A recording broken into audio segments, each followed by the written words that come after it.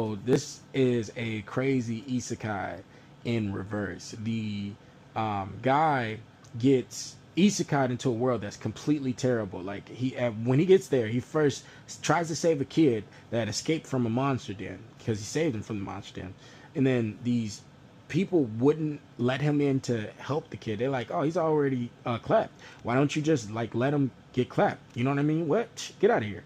And then there's also these other priest people that was chasing them to be like, oh, he's escaped monsters, so he must have a demon in him. Let's go ahead and clap him. You know, you wouldn't be in the way of God, would you, hero? And then as well, as he's defeating the last monster that he promised to the goddess that literally isekai'd him into this world. They said he'd be able to go home after he beat this monster, but after he beat the monster, they already planned on clapping him. Like the people, the kingdom and everything gave the knight a national level treasure, which he explains to them like he already knows. And the monster's like, well, why would you?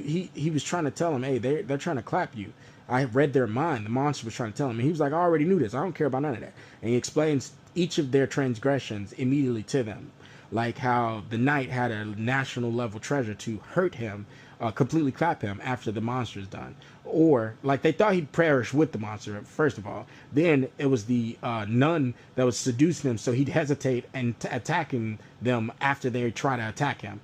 Then there's the magician that believes in experiments on humans, and he didn't like that the main character, this guy, didn't like slavery. So what happens is they all wanted to clap him, and dude was like, and the monster's explaining all this, and he's explaining all this to monster, and he's like, well, why would you save them if you got enough power to crush them? And he's like, it doesn't matter. I was gonna save them, and as well, I get to go home finally. And he's like, you always say strange things, like, because before he was saying he was other world, and then that monster's like, you always saying strange things. So they might have fought for a long time, whatever it is. Then next you know, the monster is getting clapped, and then the goddess, he's like, hey, give your promise or whatever it is. The goddess is like, you sure you are gonna lose all your powers, but you're gonna keep your memories and all that type of good jazz, but you're going to have to also give up all your powers. You sure? And he's like, stop. And the main character's like, stop trying to act like you're nice. You know, you're just trying to make sure that I don't, because I'm as powerful as you.